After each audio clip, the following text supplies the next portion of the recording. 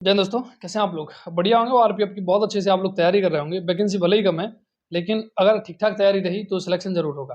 ख़ैर, आज हम लोग बात करेंगे ग्रुप्स के बारे में। कोई इंसान ग्रुप डी में आता है, मान लो जो डी ग्रुप है उसमें राजस्थान भी आता है। अब राजस्थान का कोई बच्चा है लेकिन उसी डी ग्रुप में एक जगह गोरखपुर भी आता है। उसने ग्रुप तो वही भर दिया लेकिन ज़ोन को प्रेफ़रेंस नहीं दी, तो फिर उसको फिर दिक्कत आएगी कि वो राजस्थान का बच्चा जाएगा गोरखपुर में। अब वहाँ पे जब बनारस में जाएगा तो वो पूर्वांचल की भाषा सुनेगा तो उसको आधी चीज़ें समझ में नहीं आएंगी। इसलिए पूरी डिटेल जानकारी होना बहुत ज़्यादा ज़रूरी है और उसी चीज़ के रिगार्डिंग ये वीडियो होने वाली है। आगे बढ़ने से पहले एक चीज़ और बता दें, तो अगर आप किसी सरकारी नौकरी की तैयारी कर रहे हैं तो सबसे पहले मेरे टेलीग्राम चैनल को ज्वाइन कर लेना। यहाँ पे मॉर्निंग में आपको एक टॉपिक दिया जाता है कि ये टॉपिक आपको कंप्लीट करके आना है और आपको इवनिंग में उसी टॉपिक की क्विज डलते हैं। लगभग 25 से 30 क्वेश्चन रहते हैं और उसी का जो स्कोर है वो आपको रोज चेक करना होता है। तो एक बहुत बेहतरीन चीज़ है आपकी तैयारी के लिए। अगर आप किसी भी एग्जाम की तैयारी कर रहे हैं, जैसे मैं मॉर्निंग में वहाँ पे रोज आपको टॉपिक डलवा देता हूँ कि इस टॉपिक का आपको कवर करके आना है और इवनिंग में उसी टॉपिक से रिलेटेड आपको क्विज़ेस लगाने हैं। तो वहाँ पे एक तो आपका टॉपिक कवर हो रहा है और रेगुलर बेस पे हो रहा है। देखो रेगुलरिटी यहाँ जब तक मेंटेन नहीं होगी तब तक मजा नहीं आता है। तो यहाँ पे आपको टेलीग्राम चैनल पे आके रेगुलरिटी मेंटेन हो रही है। लिंक इसका डिस्क्रिप्शन में दे रखा है, वहाँ पे जाना है, आपको क्लिक करना है और आप लोग ज्वाइन कर सकते हैं टेलीग्राम को। ठीक है, मैं आप लोगों को एक चीज और बता दूं कि मेरे एक मित्र हैं, अब उन्होंने क्या है कि ग्रुप भी भरा हुआ था 2019 की भर्ती में, सब इंस्पेक्टर हैं वो अभी भी, लेकिन उन्होंने बेस्ट सेंट्रल रेलवे को दूसरी जगह प्रेफरेंस दिया और वेस्टर्न रेलवे को उन्होंने पहली जगह प्रेफरेंस दे दिया। अब वेस्टर्न रेलवे उनको मिल गया तो आराम से अभी वो मुंबई में नौकरी कर रहे हैं। लेकिन अगर उनको वेस्ट सेंट्रल रेलवे मिल जाता है, यानी अगर वो ऊपर प्रेफरेंस पे वेस्ट सेंट्रल रेलवे दे देते तो उनको घर के बगल में, यानी ललितपुर के वो रहने वाले हैं, भोपाल में भी नौकरी कर लेते। लेकिन वही जो चीज उनसे थोड़ी सी मिस्टेक हुई क्योंकि जानकारी नहीं थी, उसी जानकारी के अभाव से वो गलतियां हो जाती हैं। और ग्रुप एक बहुत ज्यादा मैटर करता है। डी ग्रुप की जो कट ऑफ है वो 120 में से 119 120 गई हुई थी।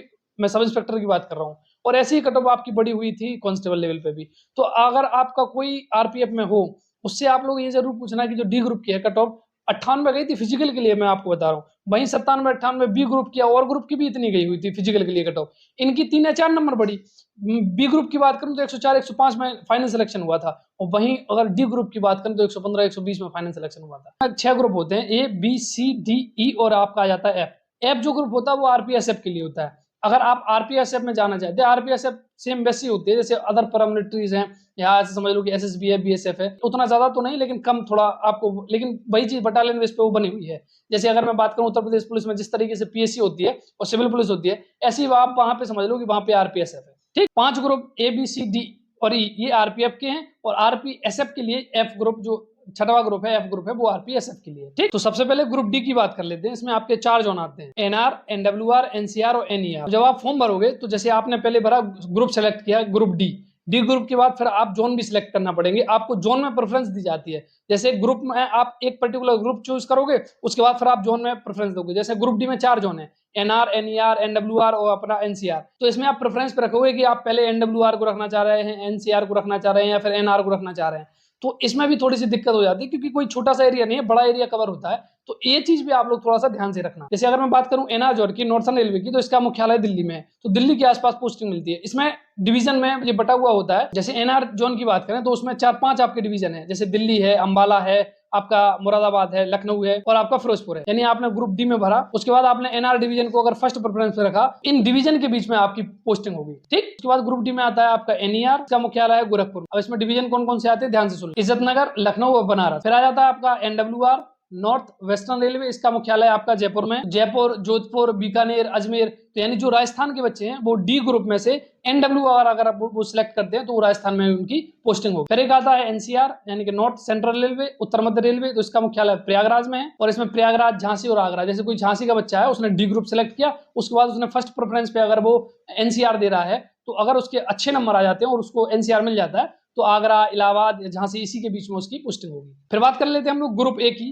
तो ग्रुप ए जितने साउथ के स्टेट आ जाते हैं वो सारे ग्रुप ए के अंतर्गत आते हैं। इसमें आपके 3 जोन आते हैं, southern railway, south central railway और south western railway. Southern railway की बात करें तो ये चेन्नई में है।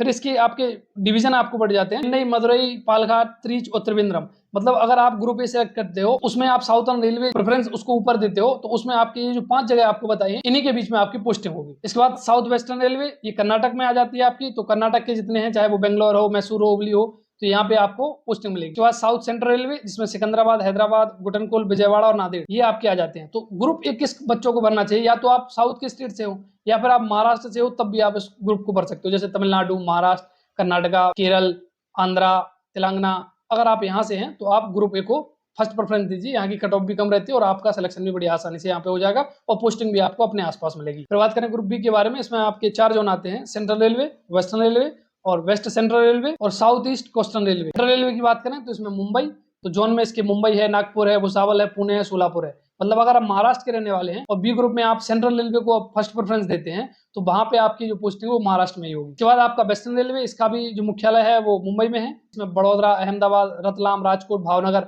यानी गुजरात से या फिर महाराष्ट्र से या फिर मध्य प्रदेश से हैं आप, तो आप इस बी ग्रुप में फर्स्ट प्रेफरेंस आप अपने वेस्टर्न रेलवे को दे सकते हो। फिर बेस्ट सेंट्रल रेलवे, तो ये जबलपुर में है, जबलपुर, भोपाल, कोटा, यानी अगर आप इस क्षेत्र के रहने वाले हैं तो बी ग्रुप में आप लोग फर्स्ट प्रेफरेंस पे वेस्ट सेंट्रल रेलवे देना, बाकी जो आपके जो 3 और जोन है उनको आप नीचे रखना। तो अगर आपके नंबर बढ़िया रहते हैं तो आपको वेस्ट सेंट्रल रेलवे मिलेगा, भोपाल हुआ आपका, जबलपुर हुआ, कोटा हुआ, इस क्षेत्र में आपको पोस्टिंग मिल जाएगी। फिर एक साउथ ईस्ट कोस्टल रेलवे, इसका जो मुख्यालय है वो बिलासपुर में है, तो बिलासपुर, नागपुर, रायपुर, इस जगह पे आपकी पोस्टिंग होगी। अगर मैं बात करूं किन बच्चों को ग्रुप बी भरना चाहिए, तो अगर आप महाराष्ट्र, छत्तीसगढ़, मध्य प्रदेश और यूपी के भी जो एरिया है, जैसे बुंदेलखंड, झांसी वाला जो क्षेत्र है, वहां के भी अगर आप रहने वाले हैं तो आप इस ग्रुप को आप भर सकते हैं और इसमें राजस्थान के भी बच्चे भर सकते हैं क्योंकि कोटा भी इसमें आता है। ठीक है, अब बात करें ग्रुप सी के बारे में, तो इसमें भी आपके 4 जोन है, जिसमें आपका ईस्टर्न रेलवे, इसका मुख्यालय कोलकाता में है और हावड़ा, आसनसोल, चितरंजन, कोलकाता मेट्रो, मालदा, मैं गया हुआ हूँ मालदा, और सियालदा, तो इस जगह आपकी पोस्टिंग होगी। ये आपके डिवीजन है, तो इन डिवीजन के बीच में ही आपकी पोस्टिंग। इसके बाद इसमें आता है एक ईस्ट सेंट्रल रेलवे, जिसका मुख्यालय है हाजीपुर में। अगर ये जोन किसी को मिलता है तो उनकी पोस्टिंग होगी दानापुर, मुगलसराय, धनबाद, सोनपुर, समस्तीपुर, इन डिवीजन के अंदर उसकी पोस्टिंग होगी। इसके बाद साउथ ईस्टर्न रेलवे, जिसका मुख्यालय कोलकाता में है, खरगापुर, इसके बाद आद्रा है जो झारखंड में आता है, और चकदरपुर है, रांची है और शालीमार है, यहाँ पे आपकी पोस्टिंग होगी। फिर बात कर लेते हैं ईस्ट कोस्टल रेलवे, तो इसका मुख्यालय भुवनेश्वर में है, इसमें खुर्दा रोड है, संबलपुर हो गया आपका, आंध्रा जो बाल्टियर, आंध्र प्रदेश में है बाल्टियर, तो वहां पे आपकी पोस्टिंग हो। अब बात करें ग्रुप सी किन बच्चों को भरना चाहिए, तो देखो या तो आप नॉर्थ ईस्ट के हो, या फिर आप बिहार के हो, आप अगर पश्चिम बंगाल के हो, आप अगर झारखंड के रहने वाले हो, आप अगर उड़ीसा के रहने वाले हो, तो आप लोग ग्रुप सी को प्रेफरेंस पे देना। और यहाँ पे कट ऑफ भी कम जाती है वैसे भी, लेकिन आप अपने क्षेत्र में रहोगे और यहीं पे आपकी जो चीजें बताई हैं इन्हीं के बीच में आपकी पोस्टिंग होगी। बात कर लेते हैं ग्रुप ई के बारे में, तो ग्रुप ई में आता है आपका NEFR, north east frontier railway, तो इसका जो मुख्यालय है वो गुवाहाटी में है। इसमें अगर मैं डिवीजन की बात करूँ तो कटिहार है आपका, रंगिया है और लामडिंग है और क्या कहते हैं तिनसुकिया है, ये सब असम के क्षेत्र हैं। तो असम के और साथ में इसमें बिहार का भी क्षेत्र कुछ इंक्लूडेड है, जिसमें अगर मैं बात करूं कटिहार की बात करूं तो बिहार में आता है। तो अगर आप बिहार के रहने वाले हो, आप पश्चिम बंगाल के रहने वाले हो, आप असम के रहने वाले हो, या फिर आप उड़ीसा के भी रहने वाले हो, तो आप ग्रुप ई को भी प्रेफरेंस दे सकते हो। इसके बाद आ जाता है आपका ग्रुप एफ जो RPS है। तो ये आपके ग्रुप्स थे ABCD, आप लोग देख लेना। ग्रुप हम जब भरते हैं उसके बाद फिर हमें जोन की भी प्रेफरेंस देनी पड़ती है, तो गलत जोन ना हो जाए, इसीलिए मैंने ये पूरी डिटेल वीडियो बनाई है। और ग्रुप एफ की भी कट ऑफ कम जाती है, अगर आप ग्रुप एफ भरना चाहें तो ग्रुप एफ भी भर लेना। ग्रुप एफ में आपका RPSF आता है, लेकिन इसका मूवमेंट हमेशा बना रहता है, कोई एक जगह स्थिर नहीं है, ज्यादातर इसका मूवमेंट बना रहता है, तो इसलिए कम प्रेफरेंस देते हैं लोग ग्रुप एफ में। लेकिन लोग देते हैं, ऐसी बात नहीं है कि लोग नहीं देते हैं। दूसरी चीज में एक चीज मैं इंक्लूड कर दूं कि अगर आप ऐसे व्यक्ति हैं जो ये सोच रहे हैं कि नहीं मेरे को नौकरी मिल जाए, मैं कहीं भी कर लूंगा, तो आप वो जोन भरना जिसकी कम कट ऑफ जाती है। देखो डी ग्रुप जो है उसकी हाई कट ऑफ जाती है, दुनिया जानती है, लेकिन जो आपकी रेलवे में पहले से भर्ती हो उनसे जरूर पूछना कि पिछली बार इतनी हाई कट ऑफ क्यों गई थी, तो वो हो सकता है आपको एक वाजिब जो रीजन है वो आप लोगों को बता पाए। खैर तैयारी बढ़िया तरीके से करो, इसमें कोई दो राय नहीं है कि कट ऑफ बहुत हाई जाएगी, क्योंकि कम वैकेंसी है और इसके लिए जो खींचातानी बहुत ज्यादा। एक चीज और आप लोग याद रख लेना, अगर आप कांस्टेबल लेवल में तैयारी कर रहे हो ना, तो इसकी जो रनिंग है ना वो 5:45 में होती है। कितना में होती है? 1600 मीटर रनिंग 5:45 की होती है। तो वो बच्चे थोड़ा सा डर रहे होंगे ना कि जिनका फिजिकल अच्छा तगड़ा है लेकिन पढ़ाई बहुत ज्यादा तगड़ी नहीं है, तो वो उन बच्चों को डरने की जरूरत नहीं है, क्योंकि हर एक बच्चा जो है ना, हर एक बच्चा 1600 मीटर 5:45 में नहीं मार पाएगा, और आप मार लोगे क्योंकि आप पढ़ने वाले भी बच्चे हो और आप फिजिकल भी तगड़ा कर रहे हो, तभी आपका आरपीएफ में सिलेक्शन होगा। ये मत सोचना कि मैं पढ़ने के लिए मैं 120 में से 110 ले आऊं तो मेरा आरपीएफ में सिलेक्शन हो जाएगा, नहीं। इसके लिए बहुत तगड़ा फिजिकल चाहिए, बहुत तगड़ा मतलब बहुत तगड़ा। सब इंस्पेक्टर का तो चलो ठीक है 6.5 मिनट आपके लिए समय मिलता है, लेकिन आरपीएफ कांस्टेबल में 5:45 का समय मिलता है, जो इतनी तगड़ी रेस है ना कि यहाँ पे अच्छे के धुआं निकल जाता है और यहाँ पे लोग क्वालिफाई नहीं कर पाते। तो एक एडवांटेज है उन बच्चों के लिए जो तैयारी बहुत ज्यादा एक्सट्रीमली लेवल पे नहीं कर पाते हैं, लेकिन उनका फिजिकल बहुत अच्छा है, तो उनके लिए एक बहुत अच्छा ये अपॉर्चुनिटी है। ठीक है, घबराना बिल्कुल भी नहीं है, सिलेक्शन डेफिनेटली होगा।